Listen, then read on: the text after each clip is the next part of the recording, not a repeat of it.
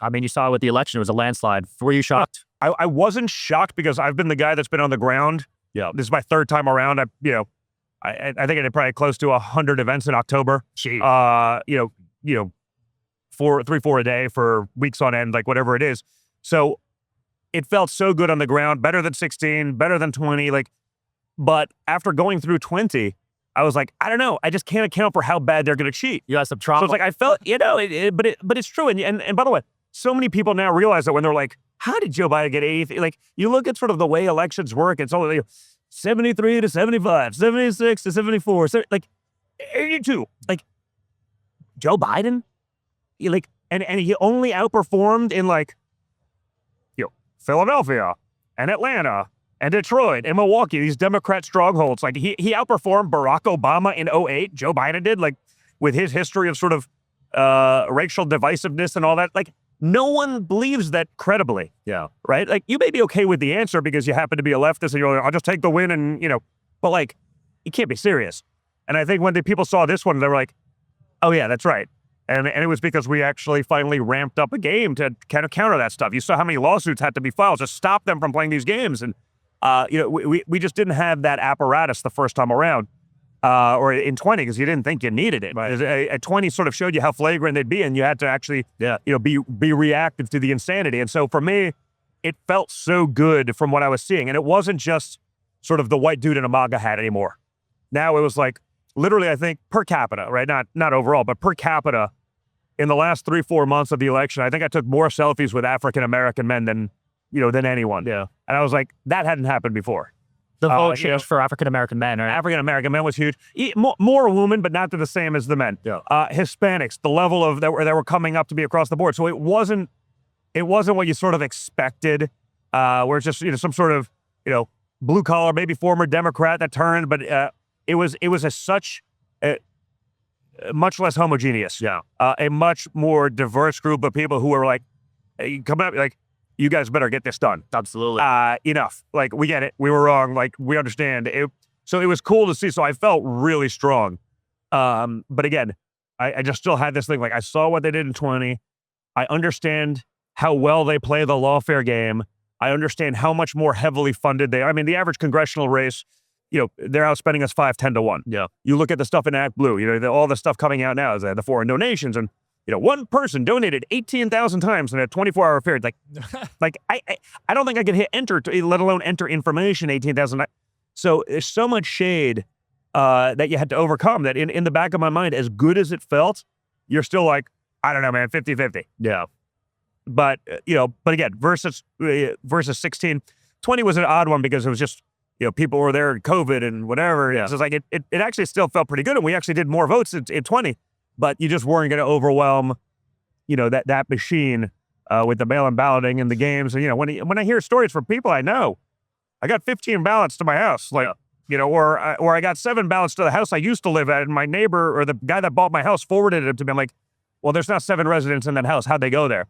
So I think we did a good job, trying to be as reactive as possible. We just got to get a hold of this thing. I mean, who wouldn't want actual free and fair elections? I mean, it doesn't seem that controversial. When people, we can't have ID, that's racist. I'm like, is it? Or is saying that certain people can't actually figure out how to get ID? That seems more racist to me than actually requiring it. Yeah. Well, you saw the state she won and the map of how it said no voter ID in that state. Literally, it's bad. Any state that required voter ID, I don't think she won. Right? It makes me wonder if they required ID, would he have won maybe almost every state? Well, then you look at the way they were doing immigration. You were looking the way they were flying people into various states. It was always a red state. I mean, it was clearly trying to, create an electoral shift. But you're not allowed to say that, because if you say that, even if the facts back it up, even if it's pretty clear what they're doing, even if there's plenty of Democrats out there saying it, and even if some of these super blue states are out there saying, of course, immigrants should be able, illegal immigrants should be able to vote, or and then you sort of combine that with the fact that even if you're illegal, you're counted in the census, which then sways sort of the shift in weight of your good congressional seats, and which states get to do what. Of course they're doing what they're doing. There's no other plausible explanation for it. Absolutely. Do you think there should be some reform on the campaign financing side? I'm in Nevada. I feel like Sam Brown could have won with some more financing. Same with Kerry Lake in Arizona. Yes, but it's more complicated than that. I mean, I think some of the stuff with campaign finance is insane. You know what I mean? When you look at just, and by the way, on both sides, when it's like, guys donate $100 billion to here or to there. And like, what I'd love to see on the campaign finance side is, at a presidential level, these guys Kamala Harris spent $1 billion and didn't win a single swing state. Right. Over $1 billion and end up in debt. We spent about $350 million. Like, how about this? Give everyone $300 million. See how they run a campaign, because you're going to have to run the country. Like, you run it like a business. Right. Like, get it. If you can outspend someone 3-1, 4-1, and still lose, like, what does that say about your leadership ability? How are you going to make deals? How are you going to? So I'd love to say, hey, a presidential gets this X, both sides get the same amount. Right. A congressional gets a much less amount. Give them each $2 million and run. Have it fixed to cut that out and actually see how people perform. Because the reality is, you see some of these people, when you're spending 10-1, like, a moron can beat a great candidate if the guy just doesn't, has funding from out of state and all these things. It's really insane. So that's a big problem. Has to be resolved. I can't wait for Maha, man. I'm a big RFK fan. As am I. I'm the guy that sort of negotiated that deal. Oh, yeah. Yeah. Like, I saw what was happening. And so, it was sort of like he was running as a Democrat, and all of a sudden and then the second it was like, well, now he's an independent. You could see him sort of boosting or trying to split the Republican vote. And listen, I'm from New York City. Yep. I had a lot of Democrat friends. A buddy of mine, business partner, former Democrat, Omid Malik, was, best friends with Bobby's son, or really close friends with Bobby's son. He was like, Don, like, I know Bobby a long time. Like, you guys would get along great. Like, we're both sort of into the outdoor stuff. And he started sort of setting up some back channel conversations, just tight group. Because, what they would do is, if more people know, someone would leak it, and then the media would try to create the division, right? They'd figure out a narrative. They'd try to break it up so that alliance could never happen.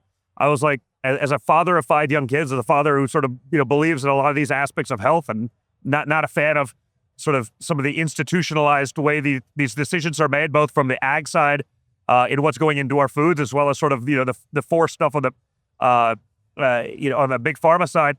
I said, like, let's start talking. Let's figure this out. It was clear, like, hey, Bobby's, like, we got to the point where, like, I like a lot of what you're saying.